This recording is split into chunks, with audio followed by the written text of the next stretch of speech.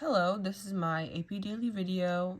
Apologies for no webcam, my camera wasn't working, but in this video we will use the poem The Face of All the World to gain a deeper knowledge of the deliberate choices a poet will make to convey a message to the world. What is this poem about?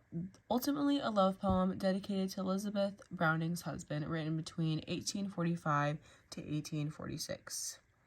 Before him, she was filled with sadness. Now, after meeting him, she has a new perspective of life. The first line starts off, "The face of all the world is changed." After he entered her life, she no longer felt despair.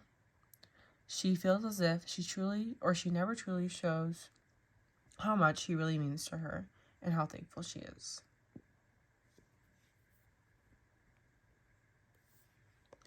How does the speaker's beloved teach her the whole of life in a new rhythm? In what ways does her disposition toward life change as a result? So, the speaker's beloved taught her to seek the new meanings of life and to have a different outlook on the world around her, to have a more positive outlook.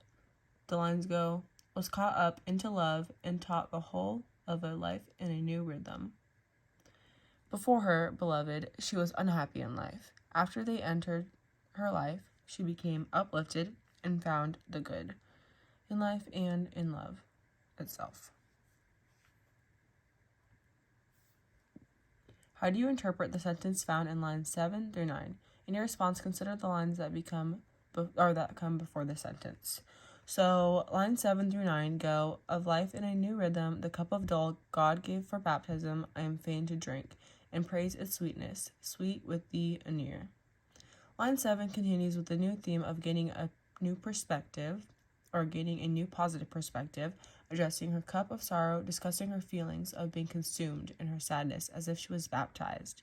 So in line 8, she says, "God gave her baptism. I am fain to drink." Fain meaning willing. She is willing to accept her new love and celebrate her beloved in their sweetness. As in lines 9, she goes, "And praise its sweetness, sweet with thee anear." What is the function of the ellipses in line 12? How would your interpretation of the last 3 lines of the poem change if Elizabeth Barrett Browning had used a comma or an em dash instead? So the lines 12 through 14 go, "And this, this lute and song, loved yesterday. The singing angels know, are only dear, because thy name moves right in what they say." So the ellipses in line 12 serve to create an unconventional tone. Her thoughts are pausing in pattern. If commas were present, the process shown would be solidified, almost in a secure sense, as if she knows what she's talking about more. Along with em dashes, the word becomes more concrete meanings, and it would present a faster pace of thoughts.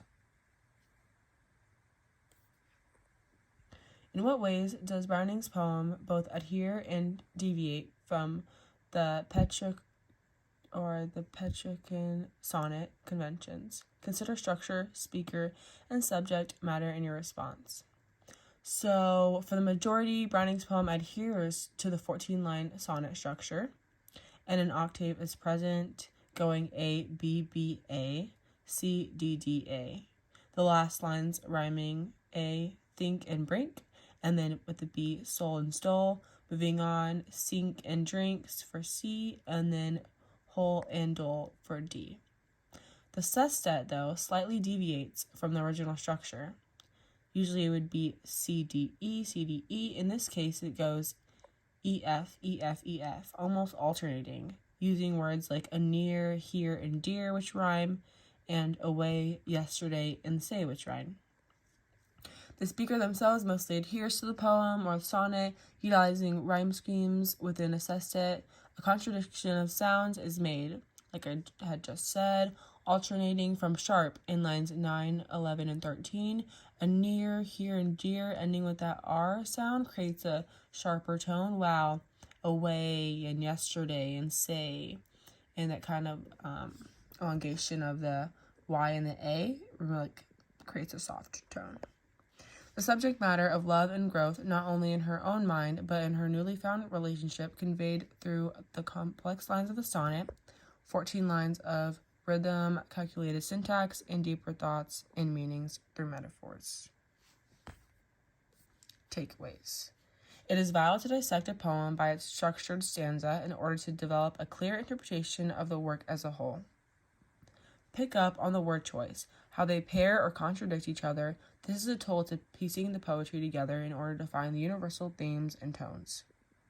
Don't forget to examine syntax and how it plays into illustrating the speaker's thought process. And that is all.